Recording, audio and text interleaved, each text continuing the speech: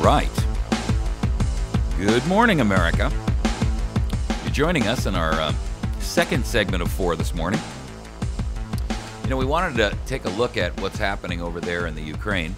And, you know, certainly I am I would not consider myself an international expert. The people who are dealing with this have access to enormous amounts of information that I would never be privy to. But there are certain things that, irrespective of our view of the information surrounding it, that we can draw as fairly common sense issues. And as facts unveil themselves, we can make determinations about our role, our position, the outcome, the good, the bad, the ugly. What we have seen, and the evidence supports the conclusions, that we have a worldview that has diminished dramatically over the course of the last, well, during the Obama reign, precipitously. During the Bush reign, dramatically. And when I say that, I'm talking about a projection of strength, not a question of whether or not they like our foreign policy. Our foreign policy nobody likes. We don't even like it. So why should they? And we don't practice what we preach. You know, we constantly are running around saying, well, you have to have democracy. Well, sorry, but we're not a democracy. We're a republic in this. And the difference between a democracy and a republic should not be lost on anyone. If you are one of those people that does not understand the difference between a democracy and a republic, or a republican democracy, then I encourage you to utilize the information resources that are available to you to educate yourself about that, because it is stark and it is significant. The worldview of us, in terms of the strength and the resilience and whether or not we are resolute in the face of the courage of our convictions, has dramatically slipped. And it's not just a question of President Obama. This was before him. I mean, you know, Bush was not much better, but at least those countries that were enemies of ours looked upon Bush and recognized that, you know, if he made a position statement, he was they could be pretty confident he would stick by that statement. In this case, because we have seen Obama, you know, make so many faux pas and present such a milquetoast weak hand on an international level, that I'm not surprised, frankly, that it. In fact, I guess I'd be surprised if this had not come around sooner, or excuse me, that it's taken this long. And when I say that, well, the other day I heard Angela Merkel say that Putin was not dealing with reality, and I heard that comment echoed by President Obama. And I got to tell you something. I beg to differ. I believe that it's Obama and Merkel who are not living in reality. They're living in some sort of a fantasy where just talk and reasonable expectations of capitulation of your opponent will always be the result, based upon pressure and force that is not necessarily related or congruent with their best interests. The truth of the matter is, the reality is, he's already in the Ukraine. That he carries the cards, that he has a vested interest in keeping the Ukraine close to the nation of Russia, for the simple reason that 80% of all the natural gas and the oil that Russia exports, which is the only thing it has going for it economically as a nation, goes directly through the Ukraine. and I wish I had the capability and the wherewithal to show you a Ukrainian map of these pipelines. But what I can tell you is that it looks like spaghetti. And all of them exit straight out of Russia and straight through the Ukraine and then into Poland and the neighboring Romania and the neighboring countries. And all of that is then sold on the markets in Europe. 80% of Russia's export for energy comes through the Ukraine. Let me tell you something. That is reality. And feeling that, or voicing the opinion that Putin is not operating in reality is disingenuous and dishonest. One, to themselves, and I'm talking about Merkel here and Obama, and two, to the nations which they lead. Because there is no way that Putin is going to back off from this position, and the truth of the matter is, he's already won. We will never, at least not without an enormous amount of bloodshed, see Putin dislodged from Ukraine. Whether he remains just in Crimea or whether or not he takes the whole eastern portion of the Ukraine. We watched him do this in Georgia. That was also completely ignored. And they said at that time, you know, Mr. Putin, you're on the wrong side of history. You're not dealing in reality. Well, with all due respect, he still owns half of Georgia. It's never been returned to the Georgians. It was a sovereign nation before, and he invaded it as a sovereign nation and took what he wanted. I'm reminded when I hear Merkel and Obama talk like this of the mistake that we saw, and every history book will look back upon and say, even the rewritten history books, looks back on the mistakes that Chamberlain made in World War II as they conceded nation after nation after nation, action after action after action to the Nazis. Over and over and over, they said, well, he promises this is the last one he's going to take. and then a couple of months later, he took another country. Well, he says this is the last one, so we're going to take him for his word.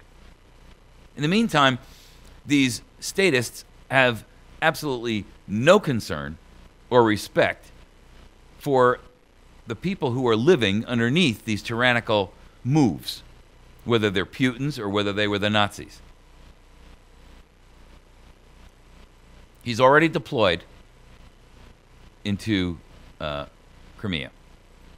He's not going to be dislodged. Not anytime soon, and not without an enormous amount of bloodshed. For Obama to say he's on the wrong side of history may be a nice soundbite, but it has absolutely zero value.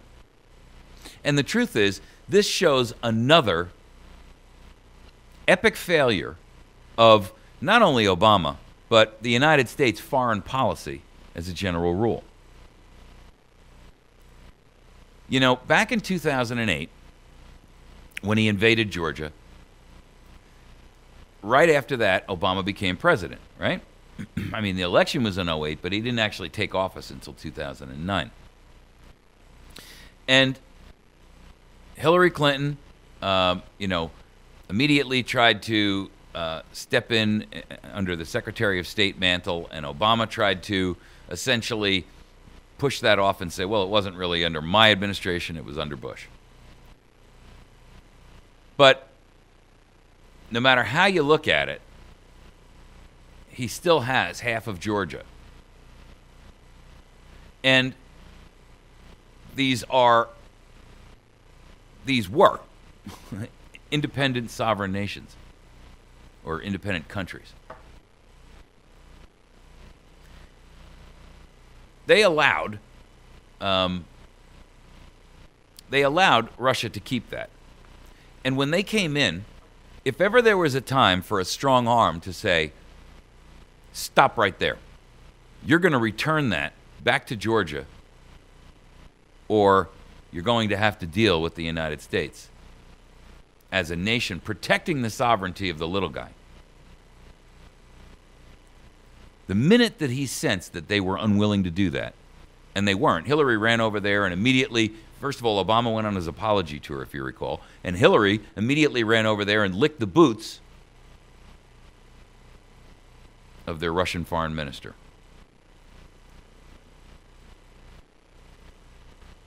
In fact, Hillary made a big deal out of the let's reset our relationship argument. So she set a tone at apparently the direction of Obama that it was okay what he had done, and we were going to let bygones be bygones. With a guy like Putin, that's a serious mistake. The second mistake they made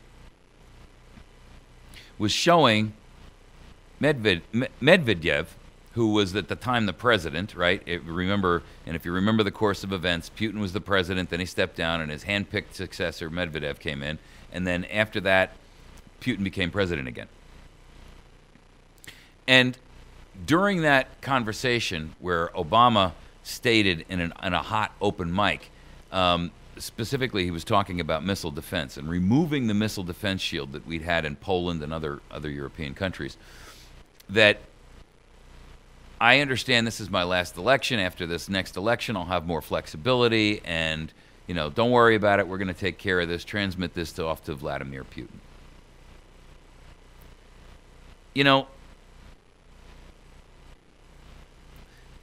Medvedev looked at Obama at that moment and said, this guy is such an easy target.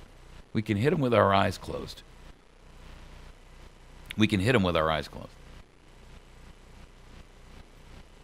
Then Obama made the fatal statement or fatal mistake of trashing Romney during the 2012 election in reference to his views on Russia, in which he very clearly stated that Russia was an enemy to be watched and contended with and not to be taken lightly.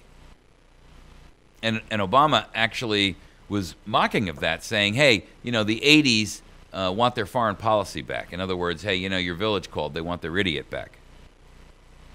Well, the truth of the matter is, Obama may think everybody else operates like him, but they don't. And the world is a dangerous place. And there are people out there that will stop at nothing, including the murder of millions of innocents, to accomplish their drive for power. And Obama, while he is in that group himself, towards our own nation, fails to see it in others. The truth is that we have constantly signaled to Putin, and China, by the way, that we are weak, indecisive, that we have no real interest in pursuing and protecting all that which we have spent all this time, money, treasure, energy, the lives of our service people to build in the first place.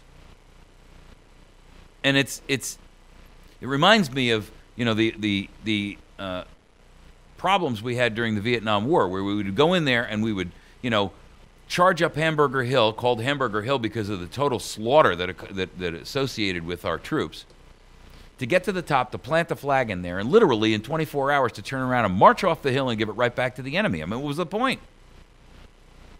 Except now this is our entire foreign policy. Obama's also made the mistake of exposing himself in Syria. This argument that if you cross that line, if you cross this line, it's going to get ugly. And the bully steps right over the line boldly and says, now what are you going to do about it? And Obama backs up again and draws another line in the ground with the stick and says, well, if you cross this one, it's going to be real consequences. And Putin boldly steps over the line and says, yeah, now what are you going to do?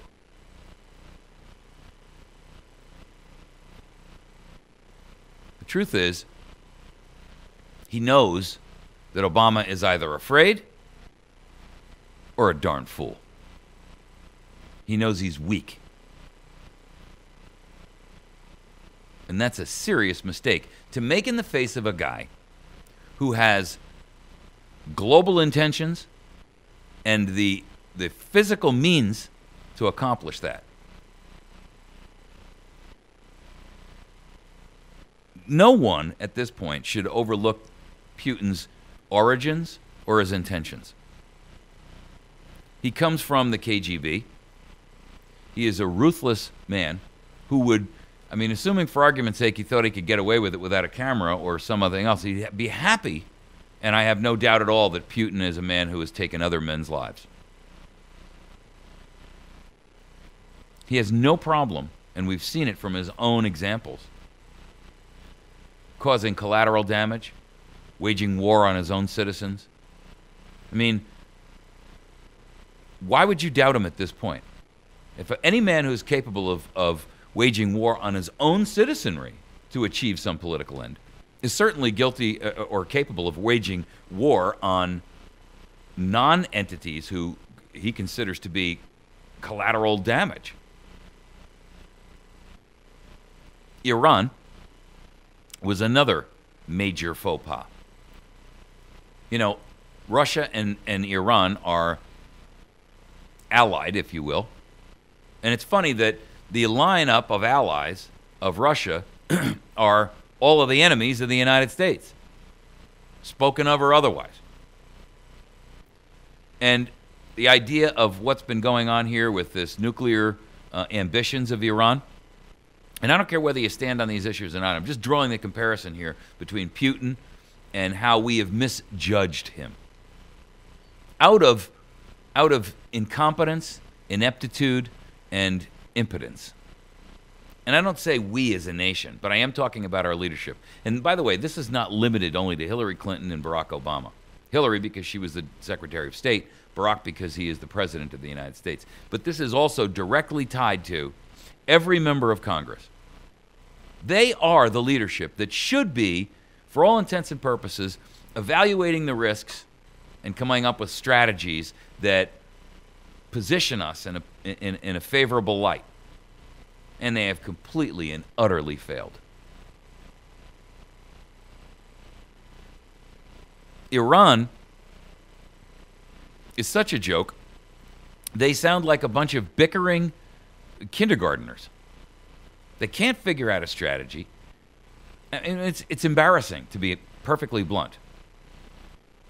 I'm embarrassed that Washington is as inept, corrupt, foolish, childish, and backbiting and backstabbing and you know, from the world's perspective, they look at these people and they say, these people are liars and thieves and cutthroats. What have we to fear from them?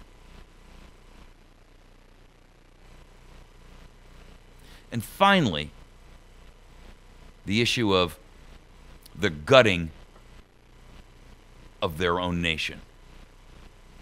When I say they, I mean Washington. Don't think for a moment that Putin is not sitting there watching the actions of our legislature, our presidency, sitting there and stripping Americans of that which has always separated us from the rest of the world. Never make the mistake of thinking that he is not sitting there, and not just him. This is China, this is Venezuela, this is Iran, this is Karzai in Afghanistan, this is Iraq. And looking at us and saying, you know, you're all such a bunch of phony hypocrites. You pitch this, you sell that, you don't practice it yourselves, and then you turn around and you steal from your own people that exact right which you proclaim that we have failed to deliver to ours. How dare you?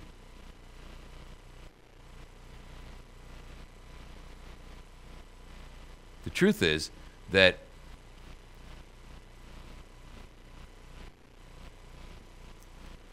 Putin sees in Obama this egomaniacal desire for power, even when it comes at the expense of his own people and his own nation. And he knows that feeling, and he knows that desire, and he knows that power, because he has it also. And while our Congress and our leadership in the executive are corrupt authoritarians who are, for all intents and purposes, utilizing whatever tactics are at their disposal. And I'm talking about both parties here, not Democrats, not Republicans, both. To rob our nation of every vestige of all of the resources that we have, and I'm talking here about natural resources. I'm talking about the resources of our labor, of the resources of our savings, and quite honestly, the intangible resources of our trust, and the resources of our courage of our convictions and our foundational principles. Those may not be tangible assets you can take, but you can beat them into submission. To destroy the soul and the heart and the honor and the integrity and the self-reliance and independence of this nation for personal, political gain, financial gain. Putin looks at us and he's laughing. He knows wisely exactly what they are, and they're all a bunch of wannabes. I don't like Putin, but I can tell you this. Irrespective of the fact that I think he's a tyrant and a thug, at least he doesn't try to proclaim himself to be something he's not. He makes no bones about the fact that he's an aggressive, argumentative, mean-spirited egomaniac. I mean, in polite society, he may, contain himself a little bit, but anybody who looks at him in an honest and objective light, there's no doubt about who he is and what he's capable of and what his intentions are. The truth is that Putin looks at our guys and says, I have no respect for them because they're everything they call me, and then some. They just have a lot less experience at it.